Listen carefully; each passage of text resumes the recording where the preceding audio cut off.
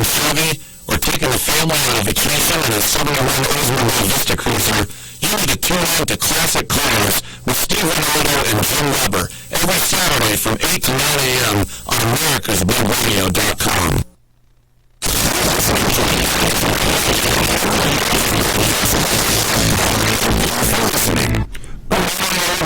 Joe Gavalis with the Safe Seminar. I hope all is well in your life.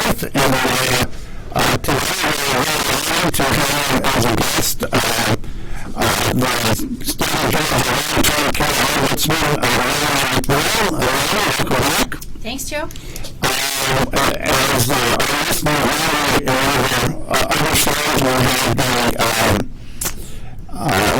the Constitution report, investigative report, talking about what they found concerning housing facilities, dealing with different situations in their lives. And if you remember, as part of the conversation was the investigative reporter talked about that have a true friend in our ombudsman program. So I just wanted to go over this. I have Diana, some of her colleagues from Virginia and Ohio. And Diana, just give us a little bit of the ombudsman's program for the country. Right. So every state has a long-term care ombudsman program.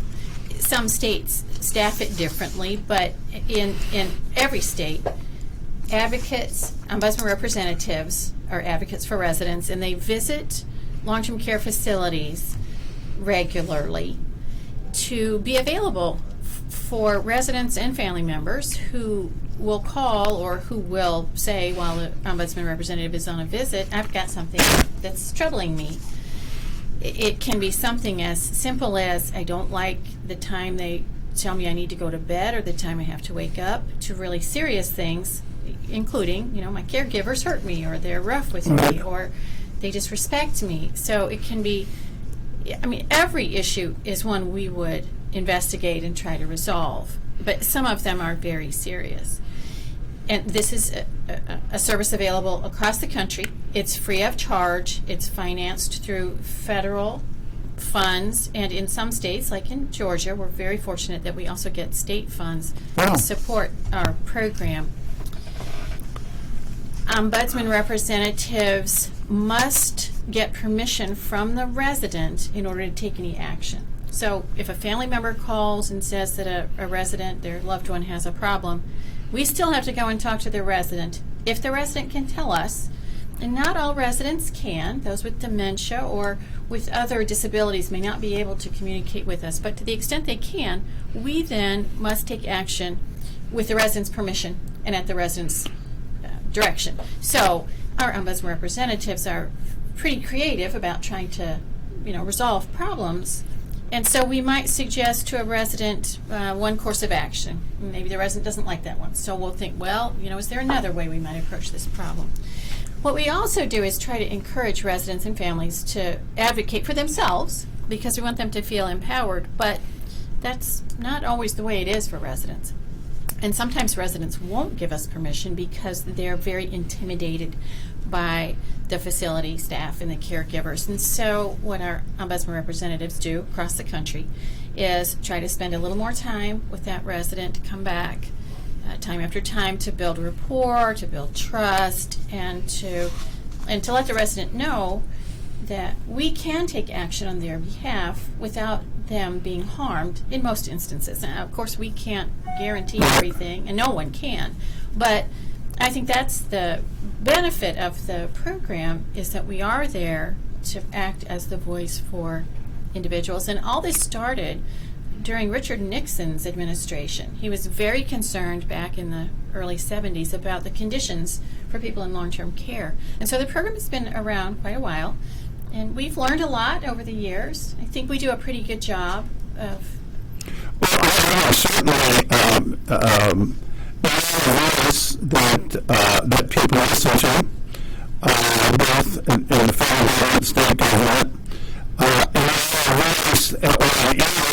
that the patients and their families can speak to confidentially, which I think is great. Could you go over just a few things, go over the provision or the types of housing or care that someone move from one to another, and those are really covered by your program? Sure. So one thing we often do when families call and ask about possibilities for a loved one who needs extra help is to call the Aging and Disability Resource Connection, and every state has that as well. They go by different names, but it's a service that provides counseling for families and individuals as they're trying to decide. So you might be able to pay for someone to come into your home. You might not need 24-hour care, and so that might be affordable. You might need 24-hour care, and maybe you can afford that. If you can't, then you might want to move into a board and care home. That's how the federal law describes it. Here in Georgia, we call those personal care homes.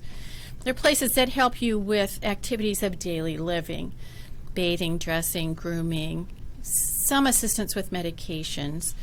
And then from there, in other states, as in Georgia, other states may have what we have here, which we call assisted living. It's a licensing category, and that allows the facility to provide a little bit more service.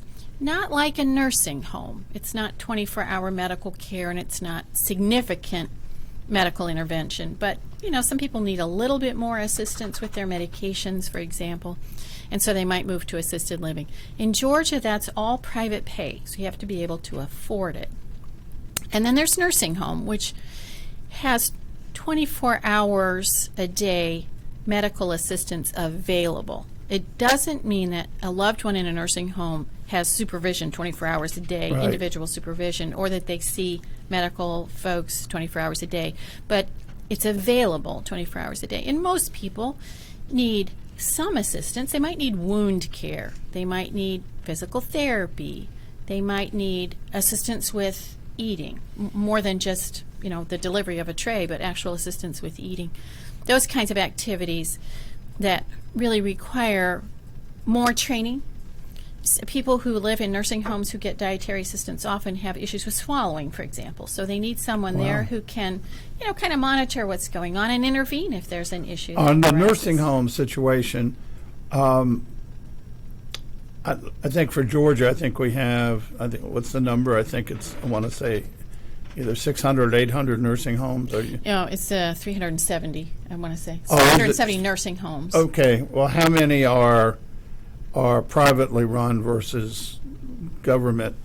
I heard that figure. It was only like 15. In fact, came out. There were 15 that were privately run, and the rest were all had government rules and regulations overseeing them. That they're, and that's a big difference because we've already talked about private pay up on the assisted living versus governmental funds. Right. Well, and it seems to me that even 15 private nursing homes, that seems high. I don't think there are quite that many. They are usually connected to continuing care to the community. So they have to meet the nursing home requirements. If they don't get Medicare or Medicaid funds, then they don't participate in that program at CMS. But the majority of facilities are participating. The majority of the United States are under the rules and regulations of, what's the federal agency? It's National Medicare and Medicaid Services. Which is under the Department of Health and Human Services. Right. Okay. So I'm thinking of Boise, Idaho, or up in Harvard, we can definitely go to the state, call the state ombudsman. Is that what you're suggesting? Right. So every state has an Office of the State Long-Term Care Ombudsman. They're probably located in the capital. If you go to the National Ombudsman Resource Center, NORC is the acronym, but the National Ombudsman Resource Center, they have a map of the entire country. Right. You can click on the state and it will take you to the ombudsman that's available to answer your questions and identify someone who can assist. You might be, like here in Atlanta, our office is in Atlanta, but if you're in Ohio, for example, we still have an ombudsman representative that will come and serve your loved one if they're in a long-term care facility there. So, if you could just follow through, I've got let's say my parents or my father is in a long-term, either assisted living. You work in assisted living here in Georgia and nursing homes? Yes. What about personal care homes? Yes. Okay, so always the ones that we talk about, the option, other than at home per se.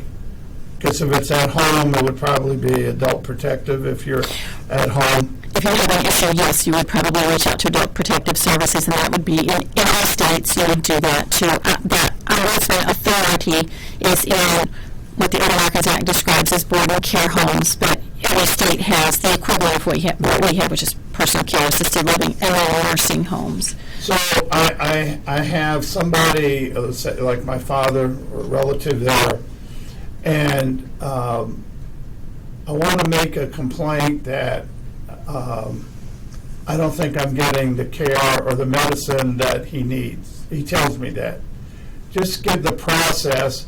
Is how do I, as a family member, how do I call you? Do you have postings? Do you have? I just have to know about the ombudsman program, or is there any requirements for posting notification in these institutions? Yes, there are requirements, and that's also through the Older Americans Act. So long-term care facilities must post a poster about how to get in touch with the ombudsman program. They should also have an abuse reporting poster as well. And this here in Georgia, they're required to have an abuse reporting poster. That's a reminder both to individuals who go into the facility, but also the staff. If they encounter abuse, they need to report it. And most everybody who works in a facility is an annual reporter in Georgia. I don't know if that's true in every state, but I imagine in a lot of states that's also a requirement. Particularly if they're in a nursing home, it's a requirement. Well, so I'm here and I've got this concern about not getting the medicine or medication, I guess is the proper term. So do I just call this number and then what happens? I'm trying to give the listeners an idea of what takes place once they start this. Sure. So if a family member were to call and say their loved one is in a facility and they're not getting their medications as they should, we would take that as a complaint. We would get details. And that would be about over the phone? Well, it can be over the phone. Actually, we have a website, georgiaombudsman.org. You can put a complaint there anonymously, or you can give us your information. It's confidential. We're the only ones who see that information. You can fax. It's sort of old school technology, but you can still fax a complaint to us. You can email. People are using email, although for us, we kind of discourage that because email isn't really secure. Right. And so your loved one's information kind of could get out there. We keep all of that confidential. But regardless of how we've gotten the complaint, the concern, saying how the person has many ways to get the information to you. Yes, okay. They do. And I get calls all the time as the state ombudsman from individuals who don't realize they can get somebody locally, and so they'll call me and I'll tell them, okay, so here's the ombudsman representative and here's the phone number. I can have them call you or you can call them. I think most state ombudsmen have a similar situation that number might be more readily available than more readily available than the local number. Well, listen, we're going to take our first segment break here, but we'll be back shortly, and we'll go into more details on the complaint and how and what you do with it. So with that, that ends the first segment of the Safe Senior Hour.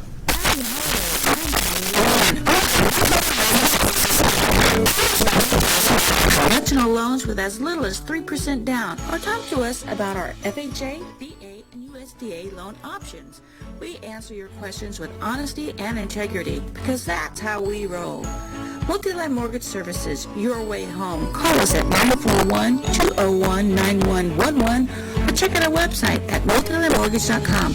Company founded by Joseph D. Powers, NMLS 158989, licensed Georgia and Florida. This is Ron Camacho, host of the Business Hour on Fridays from 10 to 11 a.m. Join me as I talk with passionate professionals on a program that profiles the best businesses, business practices, and fascinating business professionals to get an insider view of how America works. If your health insurance premium is more than your mortgage, Ellen Deal with Ideal Solutions is here to help. Whether you're a small business owner, individual, family, or baby boomer, email maga45cag@gmail.com and I'll respond with 3 easy questions to help you determine if you can get away from Obamacare. As a 20-year veteran of the insurance industry, I'm here to help with all your insurance needs. Email Ellen Deal at maga45cag@gmail.com.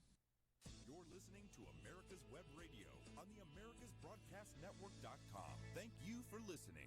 Well, welcome back to the Safe Senior Hour with Joe Gavalis. And today we have an honor to have a guest, Melanie McNeil, the State Long-Term Care Ombudsman. Welcome back, Melanie. Thanks, Joe. And just a background on Melanie, that you do have a law degree, and that you've both been in government and out of government, so you've seen both sides. You're, as they say, you just haven't been a bureaucrat your whole life.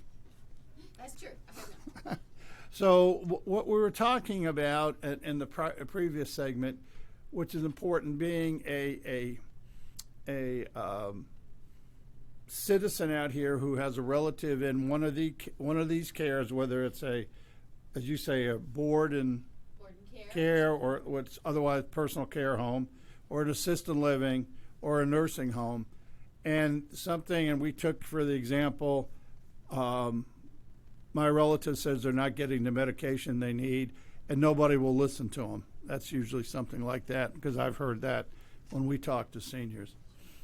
And just again, if you could just go over the ways that you all get the initial complaint. So, Joe, we have a website, www.georgiaombudsman.org. People can go to our website and they can send a complaint to us confidentially.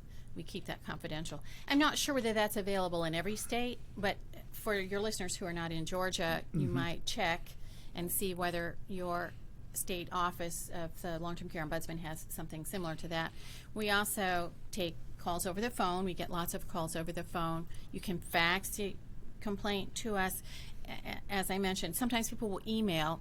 Well, I caution for all of the listeners, if you want to send information by email, don't put the specifics about your loved one. You could say, Right. I have a relative and they're at this certain facility and we need some help.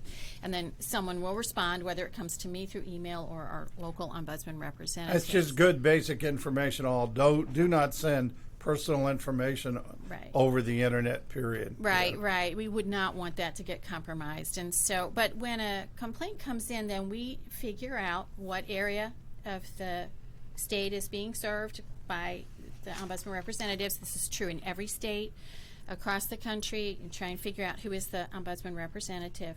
They then will contact the person who's complaining, if we have the contact information, just to Right. find out a little bit more about it. And in each instance, even if the complainant says their loved one can't speak or can't respond, we still go out and talk, because we want to be sure that's accurate. And if the resident can tell us what they want and whether they're concerned about the same thing that the complaining party is, we take our direction from the resident if they can direct us. Okay, let's stop there for a minute, because I've had people tell me, and as you know, the North Georgia Elder Abuse Task Force, that we've spoken to over 3,000 seniors, and people come up to you after the meetings and talk to you. Are we not? I mean, their question to me has been, and are we not, when we file a complaint to the ombudsman, and all of a sudden the ombudsman shows up in the room, are we not targeting the patient that something's wrong, or do you routinely go through these facilities and talk to people? We see what do. I'm saying? Yeah. We do. So when our ombudsman representatives make a routine visit, they'll talk to a number of people. When they go on a complaint, they'll still talk to a number of people. That's great. Because they don't want that person who is the subject of the inquiry to be singled out then. Right. So even if it's a pretty serious allegation and we want to get out there right away, and maybe we've even been out there the week before, we'll still go and talk not just to that one resident who's the subject of the investigation, but we'll talk with others for that very reason. Great. Residents are often concerned about retaliation. They are.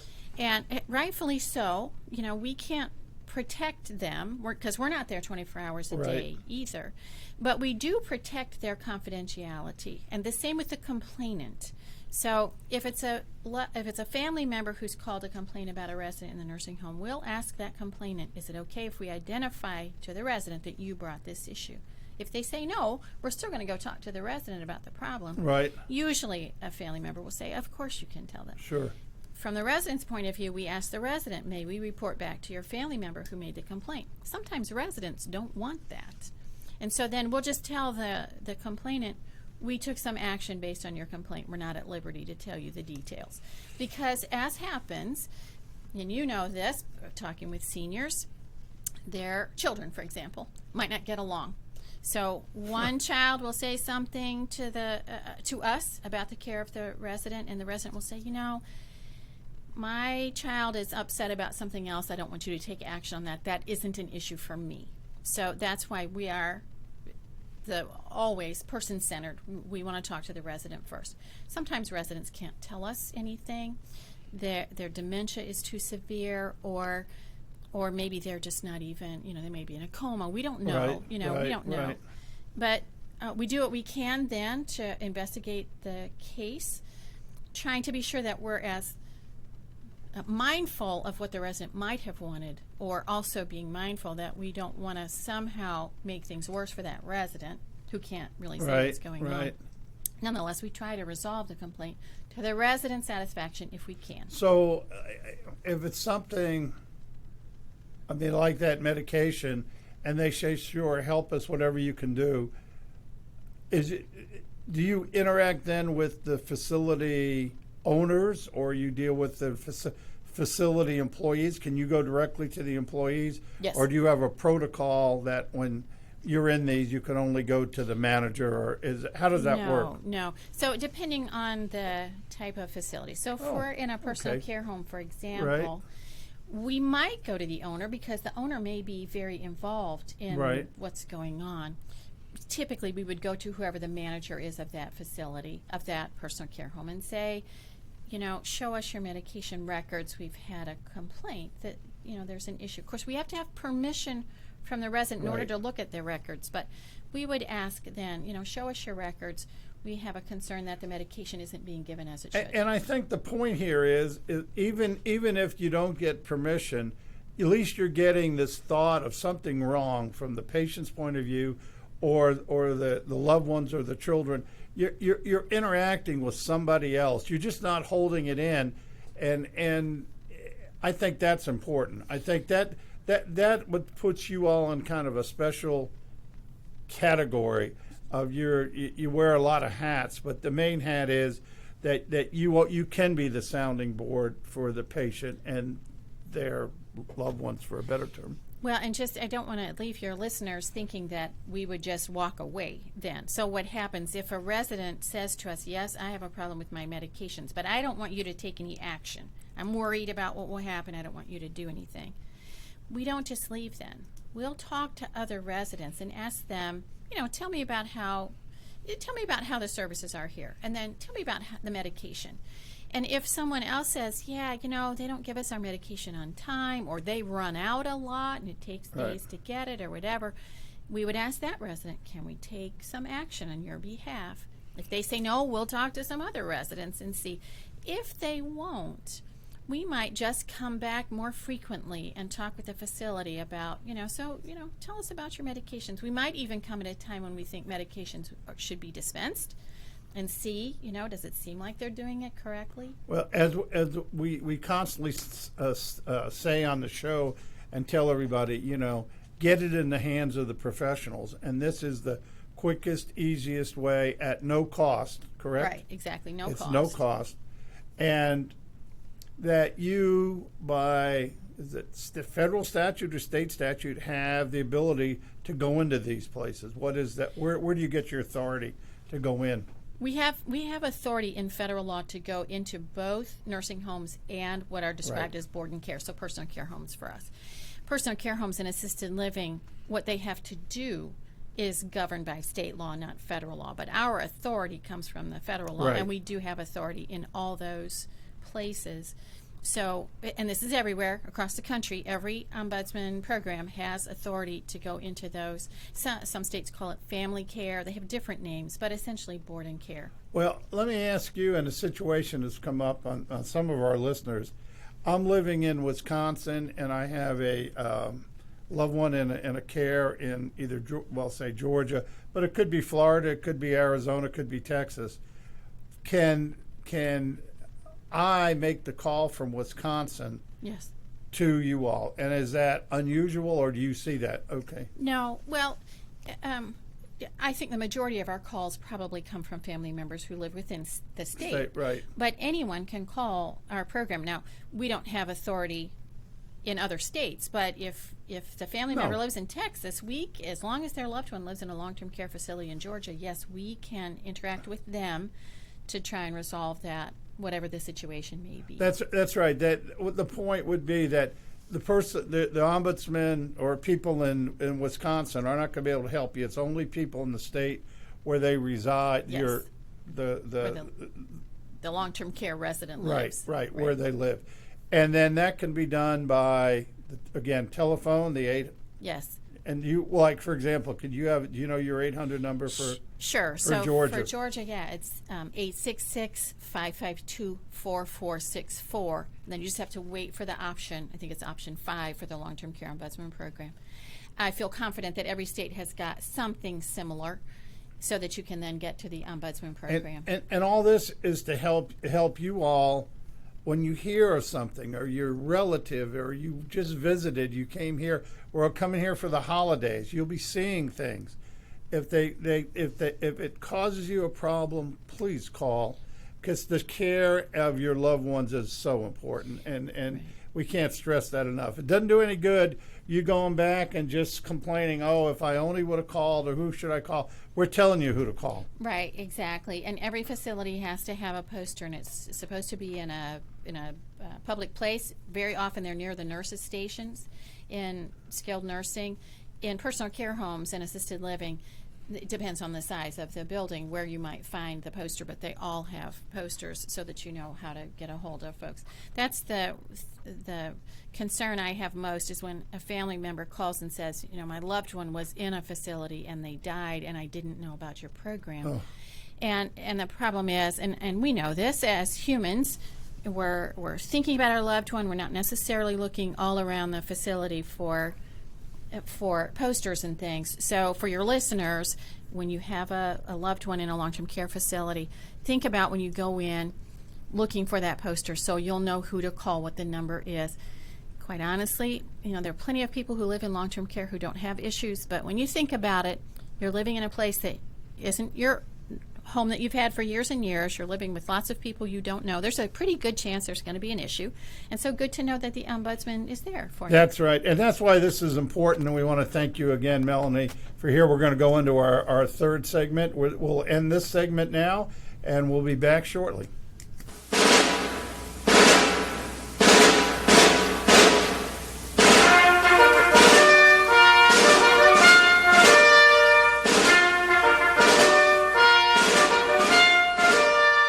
Good morning. My name is Mike Mizell. I'm a retired Army colonel and president of the Johns Creek Veterans Association. We meet in Newtown Park, and part of one of our projects is the installation of the Healing Wall, the half-scale model of the Vietnam Wall that traveled the United States. Well, it's coming to rest, and it's going to live in Johns Creek forever, the half-scale model. We're looking at possibly a March implementation ribbon cutting ceremony, and we're looking for donors and sponsors that want to help us in this great project. You can donate at jcvets.org.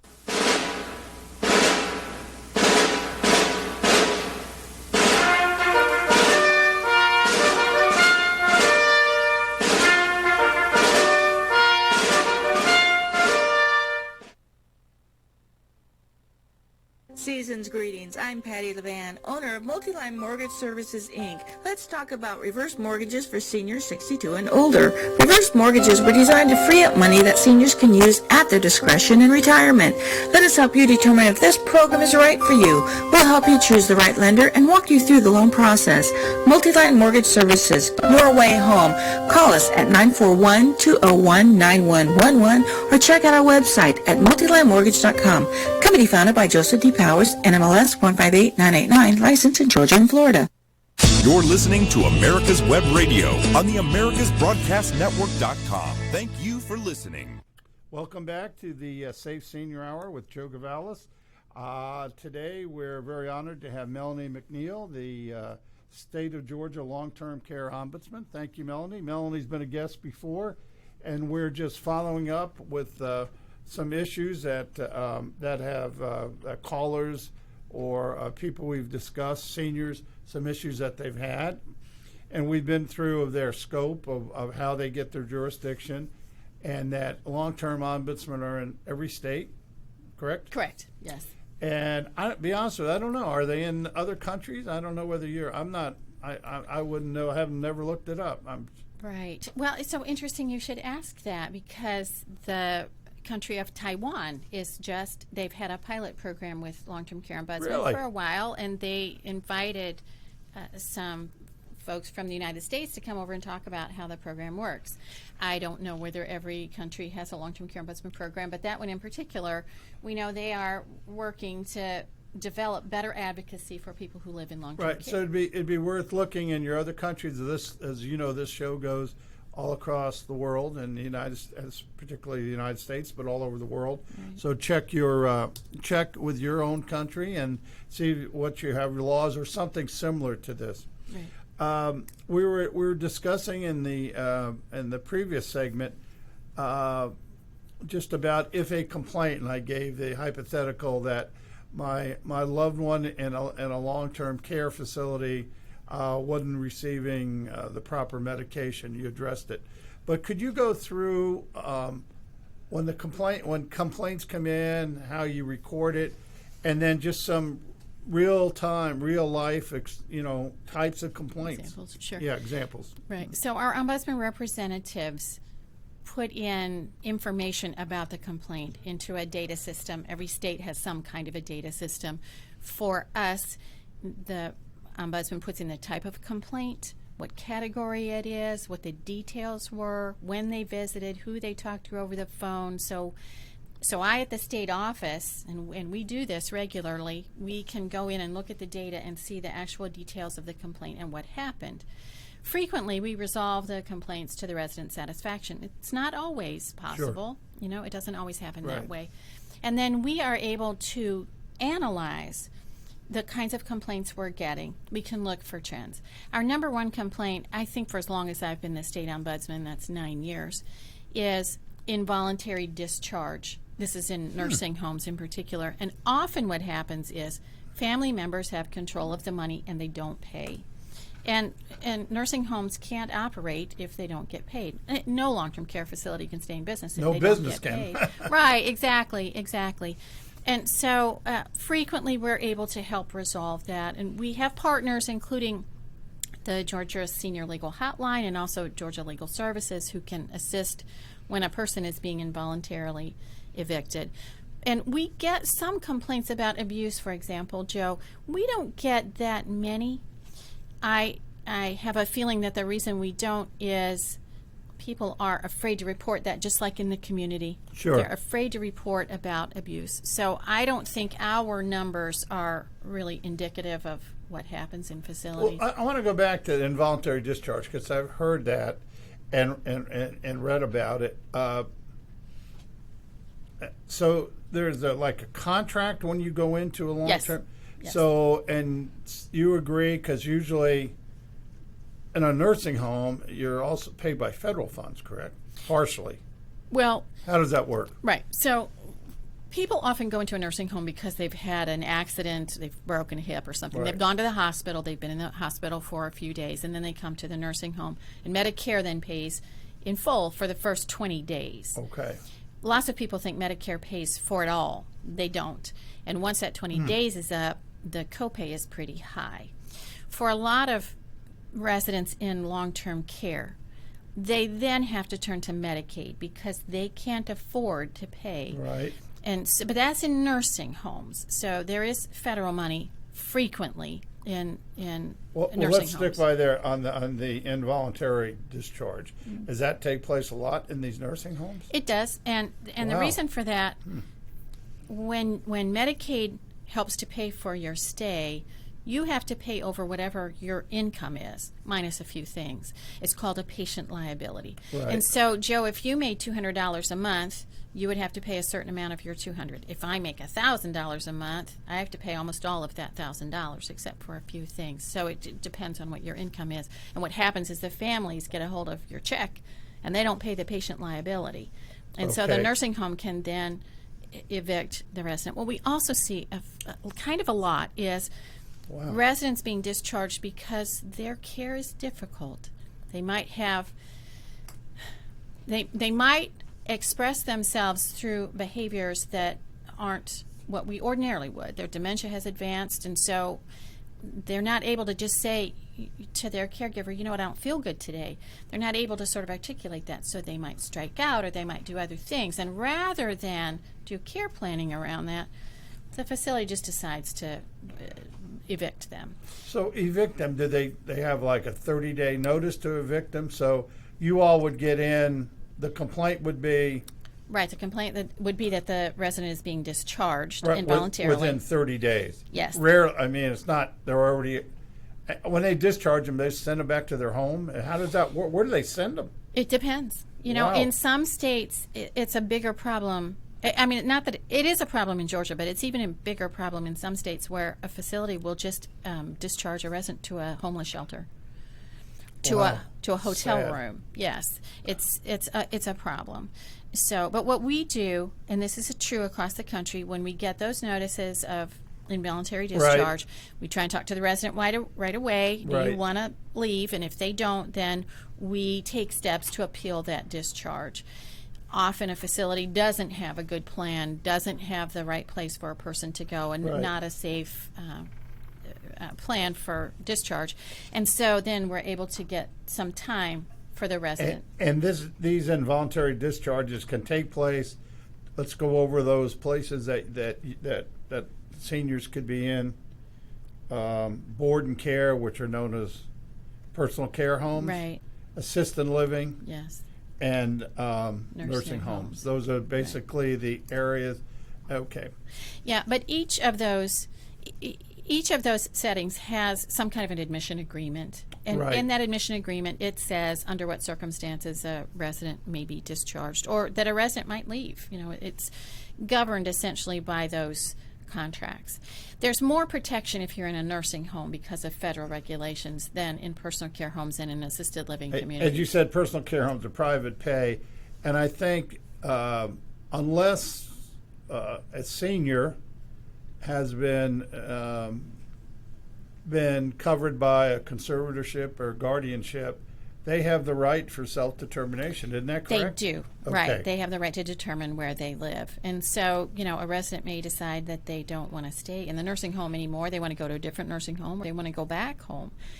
We would try, so the Ombudsman program would try to assist that resident. Even if that resident needs a lot of care, we would refer them to options counselors, for example, to see if there's a way for them to live safely back at home or if there are some other alternatives. Sometimes residents in nursing homes do get better. Right. Many times they don't, but especially if you've had a fall or you've had some major illness and you're in the nursing home for rehab, you may have a good reason to hope that you'll be able to get back to your own home or to a less medical setting than a nursing home. And I think we've had various guests on before, and I think talking to you, but I know talking to the regional commission people that there is a program, that there was federal, or I don't know if federal funds anymore, but certainly state funds in Georgia to help people to get out of these facilities to go back home. Right. Are you familiar with Yes. that? That's one of the options, which, by the way, I think everybody would rather be at home. Right, I think most people would. And so there's Yeah. been a federal program called Money Follows the Person. Right. And that's federal funds. In the state of Georgia, we also got some funds that we describe as nursing home transition. And that's for individuals who want to get out of the nursing home, they want to go somewhere else, and they need some assistance in a rent deposit or just getting set up because, all of the things they had before they went into the nursing home got sold off, or whatever happens, they don't have what they need. And so some other states may have a similar program. We're fortunate in Georgia that the lawmakers gave some state money for us to be able to do that. It was like to go back to home, maybe put a ramp in or do something Yes. else, Yes. better facilities in the bathroom, more grips Right. and things like that. Right.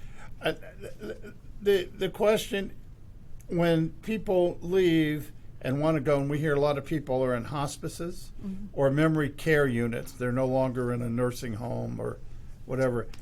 Are they covered by your statutes? Not your statute, by your Our jurisdiction? authority. We don't have authority in the kinds of hospices where a person goes to live at the hospice. Often hospice comes into the nursing home. So a okay. resident may get hospice in the nursing home. And so we would similarly, if the resident had a concern about what was going on with the hospice, we would try and resolve that problem with the hospice. By the way, it's a great service. I mean, I've never heard too many people object to that. Right. It's a horrible time in somebody's life, and they help them make their last days better. agree. What about memory care units? Well, memory care units, nursing homes might have a memory care unit.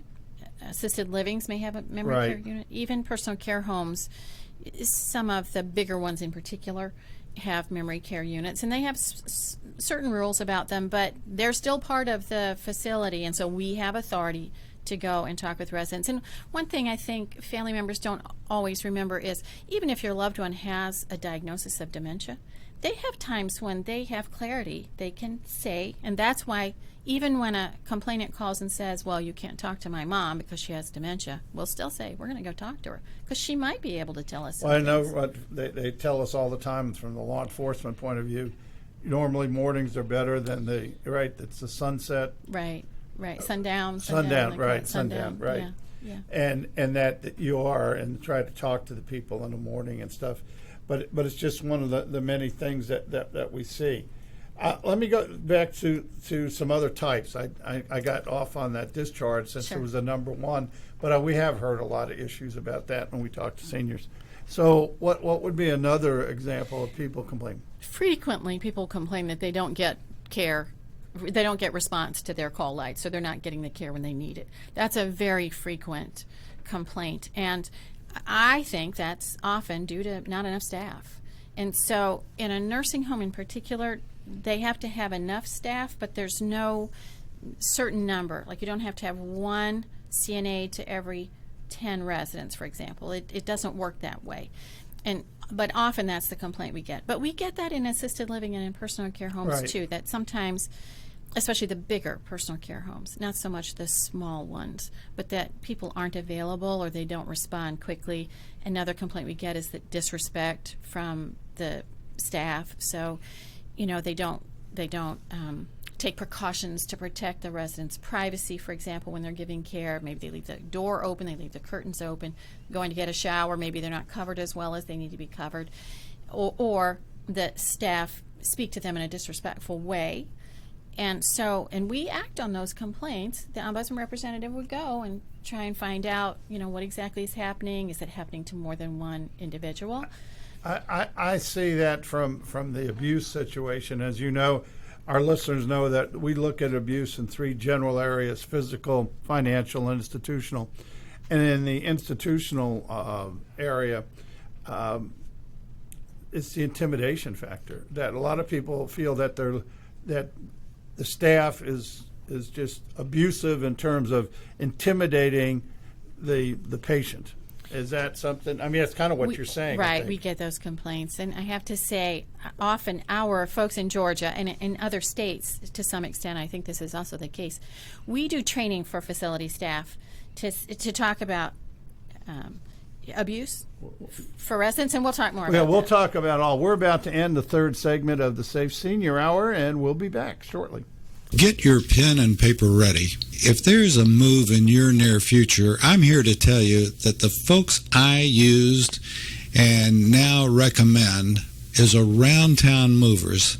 Timothy and the guys recently moved me, and I am and was totally satisfied with a sometimes not so fun experience moving.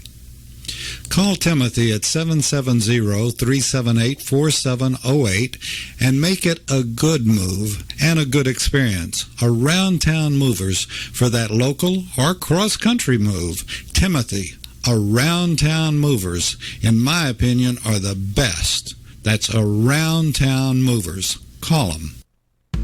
Merry Christmas. I'm Patty Levan, owner of Multiline Mortgage Services, Inc. We've partnered with nationally known wholesale lenders throughout the country that offer a wide variety of home loan programs. We can find the right home loan that will suit your financial needs. Multiline Mortgage Services, your way home. Call us at 941-201-9111 or check out our website at multilinemortgage.com. Company founded by Joseph D. Powers, NMLS 158989, licensed in Georgia and Florida.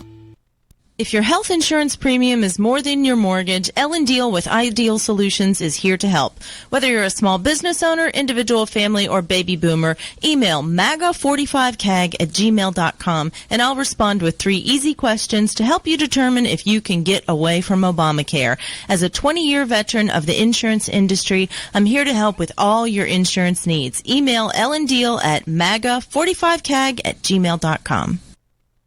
You're listening to America's Web Radio on the AmericasBroadcastNetwork.com. Thank you for listening. Welcome back to the last segment of the Safe Senior Hour with Joe Gavalis. And again, our very special guest, Melanie McNeil, the State of Georgia Long-Term Care Ombudsman. Thank you, Melanie. Thanks, Joe. And we've been having a really good discussion here for all you listeners out there of the availability and the scope of what the Ombudsman's program does. And it's in every state in the United States, possibly in some other countries. We heard that it was in Taiwan, or they're looking at Taiwan. it. Yep. And I'm sure other countries. And, you know, if it is in your other countries, just send in to the station. And we'll be glad to get it back on the air, because any way we can help people, we certainly will. We were just talking on the last segment on types of complaints here, and one was the improper discharge, and then the other was we were just getting into the possible, from my point of view, from the elder abuse side, intimidation of the patient by some of the staff members. And it might be criminal, it might be civil, but it's certainly an issue that you deal with, correct? We do. In fact, our ombudsman representatives often will do in-service for facility staff about what abuse is and their responsibility to report abuse. We also talk to them about resident rights, because often I think staff, while they might know what the resident rights are, they forget that, yes, I'm supposed to be responsive to this resident, and yes, I'm supposed to treat them with dignity and respect, even if, and we all know, sometimes, there's somebody who just is a little bit disagreeable, hard to deal with, but you know what, that's their job, and they need to be professional, and we remind them, ombudsman representatives, when we do the in-service, that, the residents are to be treated with dignity and respect. What I can also say, Joe, is, and I think this is true in all the states, you can contact the Ombudsman Program to get what we describe as aggregated data about complaints about a particular facility. So if you have ABC Nursing Home in Atlanta, Sure. we can look and see what kinds of complaints have we gotten. Now, we can't give you the specifics unless we have permission, and usually that's not the case. But we can tell you, in the last 2 years, we had 5 complaints about the food, 15 complaints about involuntary discharge, 10 complaints about not enough Wow. staff. We can tell, and I believe that's available in all the states. There's a way for you to get that kind of information. So as you're considering a facility, so if you're considering ABC Nursing Home in Atlanta, and you call us, we can give you a summary of what we've experienced over the last couple of years, and that might help you make a better choice. Sure, I would think all around the country as you sit and you, because it is usually a family choice where you put your loved one or where they have to go, and to have that, as I said, information's power. The more you Right. have, the better it is Right. to make your decision, because you don't want to go back and something that you hear about you could have prevented. Right, exactly. Well, and quite honestly, for everyone across the country too, as you have older loved ones, you might even want to just kind of talk to them about, if you get to the place where you can't live at home, where would you like to live? And let's look and see what's available in our area.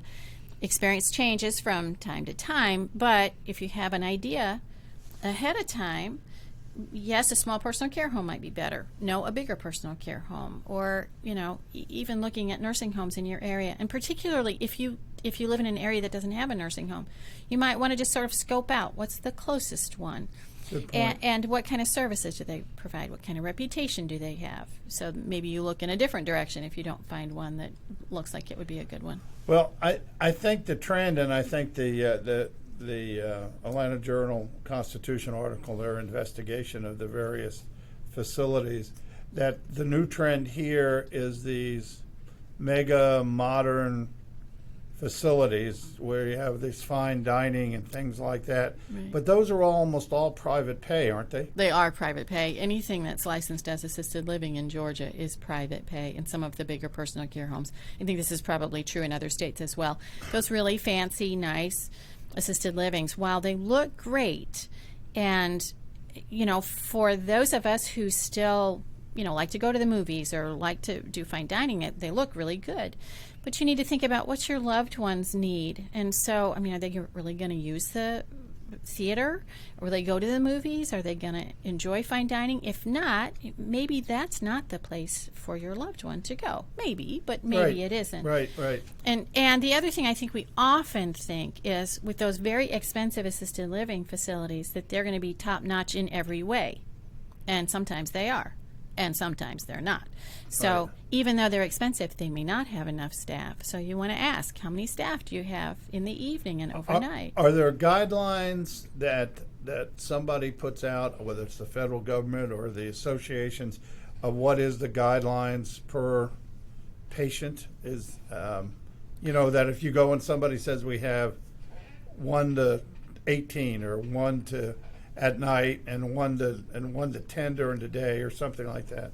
The ombudsman representative should know those rules in each state. So for here in Georgia, for example, there are staffing ratios for personal care homes and assisted living communities. Again, not in nursing homes. Are they guidelines, or are they? No, they're requirements. They Wow, are requirements. okay. There's a ratio. But all that to say, even though it's a requirement and facilities may try to do it, if someone calls out sick, for example, Sure. they might be short-staffed. If that happens a lot, you want to know that. You want to know whether your loved one can expect good care. No, I think that's a great way to look at it, and I think there are some from the federal point of view where they're rating, don't they rate nursing homes? Right. So you can go to Nursing Home Compare, which is on the Medicare.gov website, and that will tell you some things about the nursing homes. It will tell you what kind of stars they get, up to 5 stars for their care. But regardless of the facility, even if they have the highest rating, personal care, home, assisted living, board and care, whatever it is, you should still go and visit. So walk into the building. How does it smell? How do the residents look? Do they look happy? Do the staff look happy? Does everybody look drugged? Because sometimes that's what you encounter. Right. And go at different times. So maybe go one time during the week and go one time on the weekend. What we hear often is on the weekend, staff is shorter. And so there are more issues sometimes happening And on the also weekend. is recommended go unannounced Yes. and go there during mealtime so you can Right. see what they're having. Because if your loved one complains about a meal and you never see it, Right. how do you know? You're just taking that person's word, and they're probably looking at it from a different point of view. Sure. In fact, we do that. If we get a complaint about food, our ombudsman representatives will go at at meal times, at breakfast or at lunch or at dinner, and see what is it. Sometimes the facility will publish a menu, but that isn't what the residents get. They might get hot dogs or bologna sandwiches when they're supposed to get spaghetti or meatloaf or something else. Right, we saw that, and certainly in the in some of those assisted living areas where they have that, where the marketing pitch, and that's what we're trying to get that the pitch might be marketing, not actually what happens. Right. And I would say most places are fine places. Let's make that clear. We're not. Oh, sure. We're just showing when there's an issue who to call. Right. Get to the professional, raise your concern, and they'll help you get to the professional, whether it would be potentially in Georgia healthcare facilities or all over the United States to be your law enforcement. I mean, people look at it when there's an issue, and especially with anybody talking about different issues like sexual abuse or things like that. Please get that off your chest and tell somebody, that there's a concern. Might not be happening, but they can do a lot of things. Right. As we're coming to an end of this session, about legislation on the federal or state level, are you aware of anything that's pending to help some of these situations? Or? Sure. Well, on the federal level, a bill was just introduced last week to prohibit pre-dispute arbitration in nursing homes. That's been an issue for a long time for families and nursing home residents. Whether it will pass or not, I don't know. But tell everybody what that means in everyday English. Sure. Well, so when you go into a facility, they'll ask you to sign an agreement that says rather than suing the facility if there's a real issue, you must go to arbitration. And this is before the issue has arisen. Quite often, you or I, Joe, might decide that, well, we've got a problem, and so we will elect arbitration. Right. But this is after the problem has happened. Right. So that's something at the federal level. At the state level, what we're hoping to do is raise the fines for personal care homes and assisted livings when they do things incorrectly. So in the HEC article, they mentioned that some facilities have been cited for having the water too hot. And in one instance, they mentioned a resident who was scalded on their leg and eventually died. Well, so the maximum fine, if that's the first time you've done that as a facility, is $601. So you've caused serious harm or the death of a resident, and you're charged $601, which just seems kind of ridiculous from a public policy standpoint. Now, granted, you can't put a value on a life. Right. But $601, and it's been that way for years and years and years, just seems wrong. It's just the cost of business to a lot of facilities, and you're dealing with loved ones, and the biggest complaint I hear is they just won't listen to us. That we try to tell the facilities, they won't listen, and I think by going to somebody like yourself or a professional, whether it be healthcare facilities or police or whatever it is, you'll get their attention because people will try to do it as long as the patient allows it. Right, exactly. And so again, just to sort of remind your listeners, the Ombudsman program, we are not mandated reporters, and so we don't report if we don't have permission. Right. But one thing we might do is remind facilities, if they know something's happened, they are mandated reporters.